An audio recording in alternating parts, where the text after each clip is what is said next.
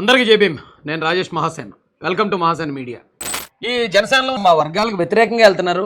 ఇక్కడున్న బడుగు బలహీన వర్గాలకు వ్యతిరేక నిర్ణయాలు తీసుకుంటున్నారు కాబట్టి మేము రాజ్యాంగం మాకు ఇచ్చిన హక్కుల ప్రకారం మాకు నచ్చిన వాళ్ళు ఓటేసుకుంటాం, నచ్చకపోతే ఓటేయమని రాజ్యాంగబద్ధంగా ఓడించడానికి ప్రయత్నం చేస్తానన్నాను. అంతే. ఓడిస్తానన్నాడు. ఓడి అంత శక్తివంతుడా? రాజేష్ చెప్తే అయిపోద్ది ఏంటండి? ఒక యూట్యూబ్లో వీడియోలు పెడితే అయిపోద్దా అంటున్నారట. సరే అవ్వదు. మరి ఎందుకు మీరు కంగారు పడి వీడియోలు పెడుతున్నారు నా మీద? ఎందుకు కంగారు పడుతున్నారు? అదే నోటో ఎలక్షన్ ముందు అనకూడదు కదా. ఎలక్షన్ 4 రోజులు ఉన్నప్పుడు అన్నాడే. మరి ఆ కంగారు ఎందుకు? మా వాళ్ళు ఏమవ్వదు కదా. ఏమవునప్పుడు ఇప్పుడు పెట్టకూడదు, అప్పుడు పెట్టకూడదు, పొత్తు ధర్మం ఇవన్నీ ఎందుకు మాడుతున్నారు? అవే రాయి చేద్దాం మాడతాడు. ఎవడెంట కదా వదిలేండి సార్. ఇప్పుడు ఇక్కడ నేనేమి నా స్వార్థం కోసం నేను ఈరోజు మాట్లాడలే. పవన్ కళ్యాణ్ గారు ఆయన ఎమ్మెల్యే అవడం కోసం, లేకపోతే ఆయన పార్టీకి గెలవడం కోసం, ఆయన అధికారంలో భాగస్వామ్యం అవడం కోసం ఆయన మాడుతున్నాడు. ఆయనకి పైనుంచి కేంద్ర ప్రభుత్వం అండదండలు కావాలి కాబట్టి ఆయన మాడుతున్నాడు. ఆ పార్టీ స్వార్థం కోసం ఆయన మాడుతున్నాడు. నేను ఇక్కడున్న క్రిస్టియన్, ముస్లిం, ఎస్సీ అలాగే ఎస్టీల కోసం మాడుతున్నాను. బీసీలో ఉన్న కుర్రోళ్ళ కోసం మాడుతున్నాను. మమ్మల్ని నమ్మించి గొంతుకు ఇక్కడ అంటున్నాం. మేము జనసేన పార్టీని ఇష్టపడతాం, తెలుగుదేశం పార్టీని అంతకన్నా నెత్తిని పెట్టుకుంటాం. అంతే తప్ప మేము బీజేపీకి ఏం కదా ఓటు. మీరు మా ఓటు ఎలా తీసుకెళ్ళి మీరు బీజేపీకి ఎలాగే ఇస్తారు? బీజేపీ నచ్చినో డైరెక్ట్ బీజేపీకి వేసుకుంటాం. మధ్యలో మీరు ఎందుకు? డైరెక్ట్ బీజేపీ నచ్చిందండి. బీజేపీ నచ్చిన వాళ్ళు చాలామంది ఉన్నారు ఇక్కడ. వాళ్ళు కమలం గుర్తు వేసుకుంటారు ఓటు. మధ్యలో మీకేసి మళ్ళీ మిమ్మల్ని నాయకుని చేసి మిమ్మల్ని మళ్ళీ బీజేపీ తీసుకెళ్ళాలా? ఏం పద్ధతి సార్ ఇది? అయితే ఇలా తిట్టించడం మాత్రం అది ఎంతవరకు సమంజసం అని అడుగుతున్నాను. మీరు తిట్టించొద్దండి. మేము రాజ్యాంగబద్ధంగా అది కూడా నేను ఓడించడానికి ప్రయత్నం చేస్తానన్నాను. అంతే. ఓడిస్తానన్నాడు. ఓడి అంత శక్తివంతుడా? రాజేష్ అంత చేస్తాడండి. ఏమో గుర్రం ఎగరావచ్చు ఆ సమయం వస్తే. నేను బలవంతుడు కాదు, కానీ నేను నెగ్గడానికి అవకాశాలు ఎక్కువ ఉంటాయండి. ఎందుకు చెప్పనా? నేను న్యాయం వైపు ఉంటాను కాబట్టి. న్యాయం వైపు ఉన్నవాడు ఎంత బలహీనుడైనా సరే న్యాయం నెగ్గించద్ది. ధర్మో రక్షతి రక్షిత. ధర్మాన్ని మనం రక్షిస్తే ధర్మం మనల్ని రక్షిస్తుంది. ఈ పాయింట్ ఆఫ్ వ్యూలో కూడా ఆలోచించండి ఒకసారి. నేను మళ్ళీ చెప్తున్నాను, మేము తెలుగుదేశం పార్టీలో జాయిన్ అయ్యాం. తెలుగుదేశం పార్టీ మీద మాకు నమ్మకం ఉంది. నారా చంద్రబాబు నాయుడు గారి మీద, లోకేష్ గారి మీద మాకు నమ్మకం ఉంది. వాళ్ళు ఆ పార్టీని మరొక 100 సంవత్సరాల పాటు నిర్విరామంగా నడిపించగలరు. ఆ పార్టీకి ఏ పార్టీ సపోర్ట్ అవసరంలే, టు బి ఫ్రాంక్. అయితే పొత్తులు పెట్టుకోవచ్చు, ఎందుకులే రిస్క్ చేయడం అన్నట్టు. ఆ పార్టీ బలం ఈ పార్టీకి, ఈ పార్టీ బలం ఆ పార్టీకి ఇచ్చుకోవచ్చు, తారుమారు చేసుకోవచ్చు. మేము వద్దంటలే. కానీ మీరు పొత్తులో ఉన్నప్పుడు పొత్తులో ఎంతోమంది, కొన్ని కోట్ల మంది మనోభావాలను దెబ్బతీసే అధికారం మీకు లేదంటున్నాను. పొత్తుకు వ్యతిరేకమైన స్టేట్మెంట్లు మీరిచ్చి దాన్ని ఖండిస్తే రాజేష్ మహాసేన్ పొత్తుకు వ్యతిరేకంగా మాట్లాడుతానంటే అదేంటి నాకు అర్థం కాలే. 400 సీట్లు మేము బీజేపీ నెగ్గిస్తామని మాట్లాడాల్సిన అవసరం ఏంటి? ప్రధానమంత్రి గారి కల 400 పార్లమెంట్లు పైన కొట్టాలి. దాంట్లో భాగంగా మేమందరం ఒక పార్లమెంటు సభ్యులే కాదు, ప్రధానమంత్రి గారి కళ కోసం మా ప్రాణాలను కూడా మీ కళకి మేము అర్పిస్తాం. నా ప్రాణాలను కూడా మేము మీకు అర్పిస్తామని తెలియజేసుకుంటా ఉన్నాం. అసలు పవన్ కళ్యాణ్ గారు ఆ మాట అన్నారా ఆ మీటింగ్లో? ఆ మాట మోడీ గారికి అన్న అర్థమవుతుందా? మోడీ గారికి తెలుగుచ్చా? 400 సీట్ల కోసం ఈయన ప్రాణాలు ఇచ్చేస్తానన్నాడు. అయితే ఇక్కడ ఎలా ఉంటుందంటే అండి, ఇప్పుడు మీరే వీడియో చూస్తున్నారు, మీ పేరు ఏదో పేరు అనుకుందాం. మీరు ఈరోజు నా ఆఫీస్కి వచ్చారు. ఆఫీస్కి వచ్చి ఎవరో ఒక అనాథ పిల్లవాడిని తీసుకొచ్చి, అన్న నేను ఇలాగా రాయేష్ ఇలా నేను ఈ అనాథ పిల్లవాడికి సాయం చేద్దాం అనుకుంటున్నాను, ఇగో ₹1,00,000 సాయం చేస్తున్నాను, నా ముందే చేశారు, అది నేను వీడియోలో పెట్టి ఈయన చాలా గొప్పడండి, ₹1,00,000 ఒక అనాథ పిల్లవాడికి సాయం చేశాడని చెప్తాను నేను. మీరు మంచి పని చేశారు కూడా మంచోడు అంటాను. రేపు మీరు ఎక్కడో ఒక అమ్మాయిని రేపు చేస్తూ పోలీసులకు పట్టుబడిపోయారు. వెంటనే నేను ఏమంటానంటే, అడుగు పలానా వాడు ఎదవాడు, వాడు తప్పు చేసాడు, అలాంటి తప్పుడు నా కొడుకులు ఖచ్చితంగా శిక్ష పడాలి అంటాను. అంటే ఇప్పుడు పరిస్థితులు ఎలా ఉన్నాయంటే, రాజేష్ మాట తప్పేస్తున్నాడు, మాటలు మార్చేస్తున్నాడు, నిన్నే అతను మంచోడని చెప్పాడు, ఈవేళ అతను మళ్ళీ నేరస్తులని చెప్తున్నాడు, అబ్బాయి రాజేష్ ఒక మాట మీద నిలబట్టలేదు అంటున్నారు. ఇదేం రూల్ అండి? నేను మాట ఎందుకు మార్చాను? నీ ప్రవర్తన మారితే నా మాట మారుతుంది. నువ్వు మంచిగా ఉన్నప్పుడు నేను మంచోడు అంటాను, నువ్వు ఎద పని చేసి నేను చెడ్డోడు అంటాను. నాకు తెలిసింది అదే. కానీ ఇక్కడ ఉన్న ఒక ఆచారం ఏంటంటే, మనం పార్టీలో ఉంటే ఆ పార్టీలో మంచి చేసినా చెడు చేసినా, అందులో ఎవడైనా మానభంగం చేసినా మర్డర్ చేసినా, వాళ్ళు మనల్ని తొక్కేసినా నేలకేసి రాసేసినా మనల్ని అవమానించినా అది మన పార్టీ వాడైతే మనం మాట్లాడుకుంటాం. అలా మాట్లాడితే మనం పార్టీ ద్రోహులు అంటండి. అయితే మేము మహాసేన అనేది నాకు తెలిసి 30 సంవత్సరాలు అడ్వాన్స్డ్గా ఉన్నాం. మమ్మల్ని అందుకోవడం, మమ్మల్ని అర్థం చేసుకోవడం చాలామందికి అవ్వట్లేదు. ఎందుకు అవ్వట్లేదు అంటే, వాడు తప్పు చేశాడు, అటు మన పార్టీ వాడైనా నువ్వు తప్పు చేస్తున్నావు అని చెప్పేస్తున్నాం.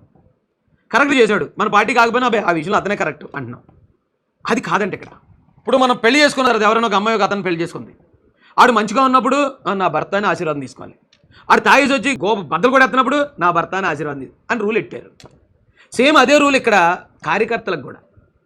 ఎవరైనా పార్టీలో చేరితే ఆ పార్టీలు నీకు నచ్చంది జరిగినా, నచ్చపోయింది జరిగినా, నీకు అవమానం జరిగినా, నీ వర్గాలకు ఏమైనా నాశనం జరిగినా మూసు కూర్చుంటే నువ్వు సూపర్ కార్యకర్త అని నాకు సర్టిఫికేట్ ఇస్తారట. నాకెందుకు ఆ సర్టిఫికేట్? నా కాళ్ళ ముందే అన్యాయం అయిపోతుంటే కొన్ని వర్గాలు, నా కళ్ళ ముందే తడికొడతాలు గొంతులు కోసేస్తుంటే మీ సర్టిఫికేట్ నాకెందుకు? సస్పెండ్ చేయండి అంటున్నారు. నువ్వు సస్పెండ్ చేయించండి. ఇప్పుడు జనసేన వారు తలుచుకునే కదా నా ఎమ్మెల్యే టికెట్ తీయించారు. ఓకే, అప్పుడు నేను ఏమైనా మాట్లాడానా? నా టికెట్ పోయినప్పుడు నేను ఏమైనా వ్యతిరేకించానా? నేను అప్పుడు గప్చిప్గానే ఉన్నాను. ఎందుకు? సరే, అప్పుడు ఆ పార్టీ కోసం, పార్టీ నిర్ణయాలు, క్రమశిక్షణ ఉండాలి. నాకు అన్యాయం జరిగినప్పుడు ఏ రోజు మాట్లాడలే. నాకు అవమానం జరుగుతున్నప్పుడు నా జిల్లాలో లేకపోతే నా నియోజకవర్గంలో నేను ఎప్పుడు మాట్లాడలేదు, ఎవరిని వ్యతిరేకించలేదు, ఎక్కడ ఒక్క కమెంట్ కూడా చేయలేదు. నేను భరించాను. నాకు సహనం లేదంటారు ఏంటండి? అవనగడ్డలో నాకు అన్యాయం జరిగినప్పుడు కూడా నేను సహించాను. నేను ఎక్కడ మాట్లాడలేదు. విషయం తెలుసుకుని సాక్షి టీవీలో వేస్తారు తప్ప, సాక్షి పేపర్లో రాస్తారు తప్ప నేను ఎక్కడైనా మాట్లాడినా? నాకు అవమానం జరిగితే నేను తట్టుకుంటానండి. నాకు ఆ నష్టం జరిగినా నేను భరిస్తాను. కానీ నా వర్గానికి నష్టం జరిగితే, వ్యతిరేకమైన నిర్ణయాలు జరిగితే నేను భరించను. అది ఏ పార్టీ అయినా కూడా భరించను. ఎందుకంటే నేను ఇక్కడ దాకా వచ్చానంటే కారణం వాళ్ళు. నాకు పార్టీ గుర్తింపిస్తుందనో, పదవి వస్తుందనో, లేకపోతే ఎవరో నన్ను మెచ్చుకుని నాకు మేకతోలు కప్తారనో, నా వర్గాలకు అన్యాయం జరుగుతున్నా సరే నోరు మూసుకుని ఊరుకునే రకం కాదు నేను. అయితే సానా సతీష్ గారు కానీ, లేకపోతే ఇక్కడ కొంతమంది తెలుగుదేశం నాయకులు చాలా ఒత్తిడి తీసుకొస్తున్నారు నా మీద. మీరు అలా మాట్లాడడానికి కుదరదంటే కుదరదు. రాజేష్ గారు, మీరు అర్థం చేసుకోండి. మీరు ఈ టైంలో ఇలా మాట్లాడడం అది పొత్తు ధర్మం కాదు అని చాలా మాట్లాడుతున్నారు. ఒకవేళ ఏమైనా చర్యలు కూడా తీసుకోవచ్చు నా మీద. గుర్తుపెట్టుకోవాల్సింది ఏంటంటే వాళ్ళందరినీ కూడా రిక్వెస్ట్ చేస్తున్నాను నేను తెలుగుదేశం పార్టీకి ఇప్పటివరకు నేను వ్యతిరేకం కాదు. ఒకవేళ తెలుగుదేశం పార్టీ కూడా ఇప్పుడు పవన్ కళ్యాణ్ గారి లాగా ఇక బీజేపీ కోసమే మేము పనిచేస్తాం, 400 సీట్ల వాళ్ళకి నెగ్గిస్తాం, అక్కడ మణిపూర్ లాంటిది ఇక్కడ ఆంధ్రప్రదేశ్లో క్రియేట్ చేస్తాం, లేదా మరోటి ఏదో చేస్తాం, 4% రిజర్వేషన్ రద్దు ఇలాంటివి ఏమన్నా టీడీపీ కూడా మాట్లాడింది అనుకోండి, నేను 100% చెప్తున్నాను, టీడీపీని కూడా వదిలేస్తాను. లేదు రాజేష్ ఇక్కడ అందరికీ న్యాయం చేసే పార్టీ, సెక్యులర్ పార్టీ అంటే ఏంటి? ఎవడన్నా తప్పు చేశాడు అనుకోండి, అది క్రిస్టియనా, ముస్లిమా, ఎస్సీయా ఏమి చూడొద్దు అని శిక్షించండి. ఎవడన్నా మంచోడు ఉన్నాడు అనుకోండి, అన్ని కూడా కుల మతాలకు అతీతంగా ఆయన కాపాడండి. అంతే తప్ప కులానికి ఒక న్యాయం, మతానికి ఒక న్యాయం ఉండొద్దండి అంటాను నేను. పవన్ కళ్యాణ్ గారు ఇచ్చిన స్టేట్మెంట్ వల్ల మాత్రమే మేము ఆయన వ్యతిరేకిస్తున్నాం. 400 సీట్లు అనే దాన్ని ఇప్పుడు ఈ రోజున మోడీ గారు కూడా నేను వాళ్ళ పేపర్లో చూసినట్టున్నాను, ముస్లింలకు నేను వ్యతిరేకం కాదంటున్నాను నరేంద్ర మోడీ గారే. తాము ముస్లింలకు ఇస్లాంకు వ్యతిరేకం కాదన్నారు ప్రధాని మోడీ. अभी जो SC ST OBC को आरक्षण मिलता है वो बंद करके ये लोग पूरा का पूरा आरक्षण मुसलमानों को देना चाहते हैं. పవన్ కళ్యాణ్ గారు ఎక్కడన్నా మాట చెప్పారా? 4% రిజర్వేషన్ కోసం చంద్రబాబు నాయుడు గారు మాట్లాడారు, భరోసా ఇచ్చారు. జగన్మోహన్ రెడ్డి గారు మాట్లాడారు, భరోసా ఇచ్చారు. పవన్ కళ్యాణ్ గారు ఎక్కడైనా మాట్లాడారా? మరి ఆయన కంప్లీట్గా ఈ వర్గాలన్నింటిగా అంత వ్యతిరేకంగా ఉంటే మేము ఎలా సపోర్ట్ చేయగలం? సపోర్ట్ ఇవ్వడం అనేది మా ఇష్టం కదా. మాట్లాడొద్దు, అసలు వ్యతిరేకించొద్దు అని చెప్పడం ఏంటండి? ఇప్పుడు తెలుగుదేశం పార్టీకి మేము బేషరతుగా మేము సపోర్ట్ ఇచ్చాం. మేమేమి టికెట్లు డిమాండ్ చేసి మాకు 21 ఇవ్వండి, 25 ఇవ్వండి, 5 ఇవ్వండి, 10 ఇవ్వండి, 3 ఇవ్వండి అని మేమేమి మా స్వార్థం కోసం మేము డిమాండ్ చేసి రాలేదు. కార్యకర్తకు వచ్చాం మేము. అలాగని ఎవరితో రికమెండేషన్ అని చేయించుకున్నాం పదవుల కోసం. మేము ఏమీ ఆశించిన వాళ్ళు అండి. కాబట్టి ఏదో ఒక వస్తుందనే ఆశతో మా కళ్ళ ముందు అన్యాయం జరిగినా చూస్తూ ఊరుకునే టైప్ కాదు. ఇప్పుడన్నా మళ్ళీ ఎందుకు నేను మాట్లాడబోదును ఇప్పుడు, సర్లే ఇంకా మాట్లాడేసాం కదా అని వదిలేదు. కానీ ఏంటి ఆ బెదిరింపులు ఏంటి? వైసీపీ కోవట్నా? వైసీపీ కోవట్నైతే వైసీపీలో జాయిన్ అయిపోతాను కదా, నేను ఎందుకు ఇంకా తెలుగుదేశం పార్టీలోనే ఉంటాను? ఇక తప్పండి ఎలాంటి ప్రచారాలు చేయటం. ఇప్పుడు ఏదైనా ఉంటే పవన్ కళ్యాణ్ గారు కూడా చెప్పండి, ఏమండి ఇలా మాట్లాడడం వల్ల మన పార్టీలో ఉన్న క్రిస్టియన్, ముస్లిం, ఎస్సీలు పోతారు కదా మన దగ్గర నుంచి. ఈ జిల్లాలో అంటే ఈస్ట్ వెస్ట్ గోదావరిలో ఇంకొక ఎస్సీ నాయకులు లేడు, ఒక బీసీ నాయకులు లేడు, మొత్తం ఇంక జనసేన వాళ్ళే ఉన్నారు. ఆ జనసేన నాయకులు వాళ్ళు గెలిపించేస్తారట మొత్తం ఈస్ట్ వెస్ట్ని. మీరు గెలవండి చూద్దాం. ఇక్కడున్న ఎస్సీ బీసీలని వాళ్ళ గొంతు కోసేస్తాం, వాళ్ళ రిజర్వేషన్లు రద్దు చేయించేస్తాం, లేకపోతే వాళ్ళకున్న ఆస్తి ఎక్కి తీయించేస్తాం, దానికి 400 సీట్లు మేము అవతలతో మేము మాట్లాడాం అని మీరు చెప్తే ఇక్కడ అసలు మీరు నెగ్గడమే చాలా కష్టం కదా. అంబేద్కర్ రాసిన రాజ్యాంగాన్ని మార్చేయడానికి ఏమో మీరు జనసేన వారు సిద్ధపడతారు, జనసేన పవన్ కళ్యాణ్ గారి కోసం వాళ్ళ కోసం మేము అందరం మా వాళ్ళందరూ ఓట్లు వేయించాలా? ఇదేమి లెక్కండి? అవతలోడు చేస్తే పొత్తు ధర్మానికి వ్యతిరేకం కాదు, అది పెద్దోడు చెప్తే. నాలాంటి సామాన్యుడు చేస్తే అది పొత్తు ధర్మానికి వ్యతిరేకం అంటండి. తప్పు కదండి ఇది. ఓకే, పార్టీలో మీరు ఉండమంటే మేము ఉంటాం, కంటిన్యూ అవుతాం. ఎందుకంటే ఆ పార్టీ మీద మాకు నమ్మకం, తెలుగుదేశం మీద మాకు నమ్మకం పోలేదు. ఇప్పటికి ఇంకా 144 స్థానాల్లో సైకిల్ గుర్తు ఎక్కడ కనపడిన ఓటేయమని చెప్తున్నాం మేము. లేదు మీ ఓట్లు మాకు వద్దురా అని తెలుగుదేశం పార్టీ కూడా భావించి మమ్మల్ని సస్పెండ్ చేసేస్తుందా? సరసావా ఇస్తాను నేను నా వర్గాల తరపున నిలబడడానికి మాత్రమే 2017లో మహాసేనకు వచ్చాను. నేను చచ్చేదాకా ఆ వర్గాల తరపున నేను నిలబడతాను. మాకు మా వాళ్ళు కూడా పూర్తిగా అర్థం చేసుకోరు నన్ను. వాళ్ళకి తెలియదు, వాళ్ళకి నచ్చిన పార్టీలు ఉంటే మంచిగా అంటారు, వాళ్ళకి నచ్చిన పార్టీలు ఉంటే చెడ్డ అంటారు. కానీ ఆ పార్టీలో ఎందుకు ఉన్నాను, ఈ పార్టీలో ఎందుకు ఉండట్లేదు అనేది వాళ్ళ కోసమే విషయం మా వాళ్ళు కూడా పూర్తిగా తెలియదు. నేను గతంలో వైసీపీ నిధులు వచ్చేసింది, ముస్లింలకు సీఏ అనుకూలంగా ఓటేశారు జగన్ గారు అని. ముస్లింలకు చాలామందికి తెలియదు మేము ఎందుకు వచ్చాం బయటికి. ఈ రోజున పవన్ కళ్యాణ్ గారు ఈ మాట అన్నారని ఇక్కడున్న ముస్లింలు కానీ, క్రైస్తవులు కానీ, ఎస్సీలు కానీ వాళ్ళకి వ్యతిరేకంగా ఉంది. ఎస్సీ ఎస్టీ బీసీ మైనార్టీలకి రాజ్యాంగం ఇచ్చిన రాయితీలు మొత్తం రద్దు చేసే పరిస్థితికి పోతున్నారు, రాజ్యాంగానే రద్దు చేస్తామన్నారు. అలాంటి వాళ్ళకి జనసేన పార్టీ సపోర్ట్ చేస్తుందని నేను వ్యతిరేకిస్తున్నాను అనే విషయం కూడా మా వాళ్ళకి చాలామందికి తెలియదు. పెడతారు నన్ను. నన్ను బూతులు ఆడతారు, అమ్ముడిపోయిన అంటారు, మాట మీద నిలబడలేదు అంటారు. మాట మీద నిలబడతామండి. తమ్ముడు సినిమాలో అదే పవన్ కళ్యాణ్ గారు డైలాగ్ ఒకటి ఉంటుంది. వాళ్ళు అచ్యుత్ గారు, బట్టల సత్యం గారు అంటారు కదా, మల్లికార్జున్ గారు, పవన్ కళ్యాణ్ గారు ముగ్గురు డైనింగ్ టేబుల్ మీద కూర్చుంటారు. కూర్చుంటే ఈయన ఫ్రిడ్జ్లోంచి ఒక కూర తీసుకొచ్చి మల్లికార్జునరావు గారికి వేస్తాడు పవన్ కళ్యాణ్ గారు. పవన్ కళ్యాణ్ ఏడ్రా కూర అంటే బంగాళదుంప ఇది అంటాడు. ఎన్న అది ఎలా నోట్లో పెట్టుకుని చిచి దరిద్రంగా ఉందంటాడు ఆయన మల్లికార్జునరావు గారు. రే మళ్ళీ మనిషి అన్నవాడు మాట ఉండాలి రే, వారం రోజుల క్రితం ఇదే పెడితే నువ్వు చాలా బాగుందన్నావు అంటాడు. అంటే ఇది వారం రోజుల క్రితం కూర. అలా అంటే వారం రోజుల క్రితం అది బాగుందని వారం రోజుల తర్వాత కూడా అది బాగుంటుంది అనుకోకూడదు. అది పాడైపోయినప్పుడు దాని టేస్ట్ బాగోదు. అది మంచిగా ఉన్నప్పుడే బాగుంటుంది. అలాగే పవన్ కళ్యాణ్ గారు అన్ని వర్గాల కోసం మంచిగా మాట్లాడినప్పుడు ఆయన గురించి మేము మంచిగా మాట్లాడాం. ఆయన మంచోడని చెప్పాం. జనరల్గా జనసేన పార్టీకి ఎస్సీలు బీసీలు దూరం. ఇక్కడ ఏ మైనార్టీలు క్రిస్టియన్లు అయితే అసలు జనసేన పార్టీ గారు చూసేవారు కాదు. అలాంటి టైంలో నేను సపోర్ట్ చేసుకుంటూ వచ్చాను ఆ పార్టీకి. ఆ పార్టీ దగ్గర నుంచి మేమేం ఆశపడలేదే. మేమైనా ఎమ్మెల్యే సీట్ ఏమైనా అడిగామా? లేకపోతే మేము ఆ పార్టీలోకి వస్తున్నాం కాబట్టి మాకు ఇలా పలానా ఫెసిలిటీస్ కల్పించండి అని అడిగామా? ఏం చేసినా నిజాయితీగానే చేసాం, ఏం చేసినా నిస్వార్థంగానే చేసాం.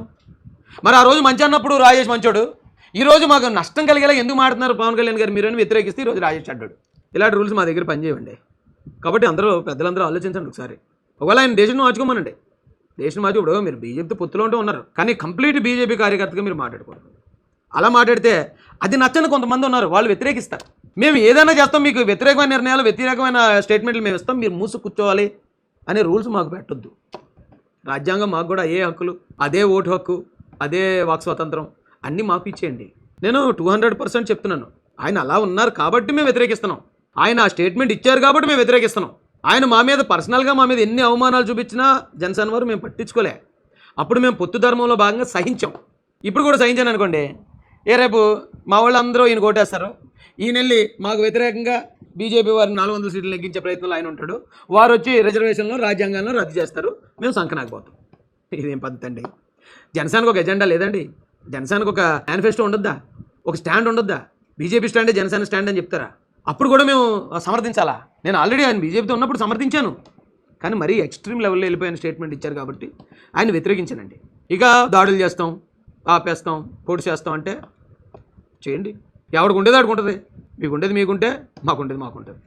మేము జనసేన పార్టీకి మాత్రమే, అది కూడా ఆ స్టేట్మెంట్ని వ్యతిరేకించి మాత్రమే మేము ఈ స్టేట్మెంట్ మద్దతు ఉపసంహరించుకున్నాం. జనసేన పోటీ చేసే స్థానాల్లో ఖచ్చితంగా మేము జనసేన పార్టీకి వ్యతిరేకంగా ఓటేస్తాం. 200% వ్యతిరేకంగా ఓటేస్తాం. ఇది మాకున్న స్వతంత్రం. దీన్ని కాదనొద్దని తెలుగుదేశం పార్టీకి కూడా రిక్వెస్ట్ చేస్తున్నాను నేను. మా వాక్ స్వాతంత్రాన్ని, మా హక్కులను కాపాడుకునే ఈ ప్రయత్నాన్ని తెలుగుదేశం పార్టీ కూడా అడ్డుకోవద్దండి. తెలుగుదేశం పార్టీ గెలుపుకి ఎవరో బయట వాళ్ళ సహాయం అవసరం లేదు. అది మీరు నమ్మినా నమ్మకపోయినా 144 స్థానాల్లో నారా చంద్రబాబు నాయుడు గారు, నారా లోకేష్ గారు, నారా భువనేశ్వర్ గారి కష్టానికి ప్రతిఫలంగా 110 నుంచి 120 స్థానాల్లో సైకిల్ గుర్తు నెగ్గుతుంది. అది మీకు ఆ నమ్మకం మీకు లేకపోతే మేమేం చేయలేం. కాదు కూడదని ఒకవేళ ఈ జనసేన వారి ఒత్తిడి వల్ల, మీరు మా మీద పెట్టే ఒత్తిడి వల్ల మీరు మా మీద చర్యలు తీసుకుంటే మేము మీకు కూడా ఎస్సీలు దూరం అయిపోతారండి. మీ పార్టీకి వచ్చే వాళ్ళు ఎందుకు మీరు, అది కూడా నిస్వార్థంగా వచ్చేవాళ్ళని, ఏ షరతులు లేకుండా వచ్చేవాళ్ళు ఎందుకు వదులుకుంటారు? మీరు ఎందుకు వదులుకుంటున్నారు?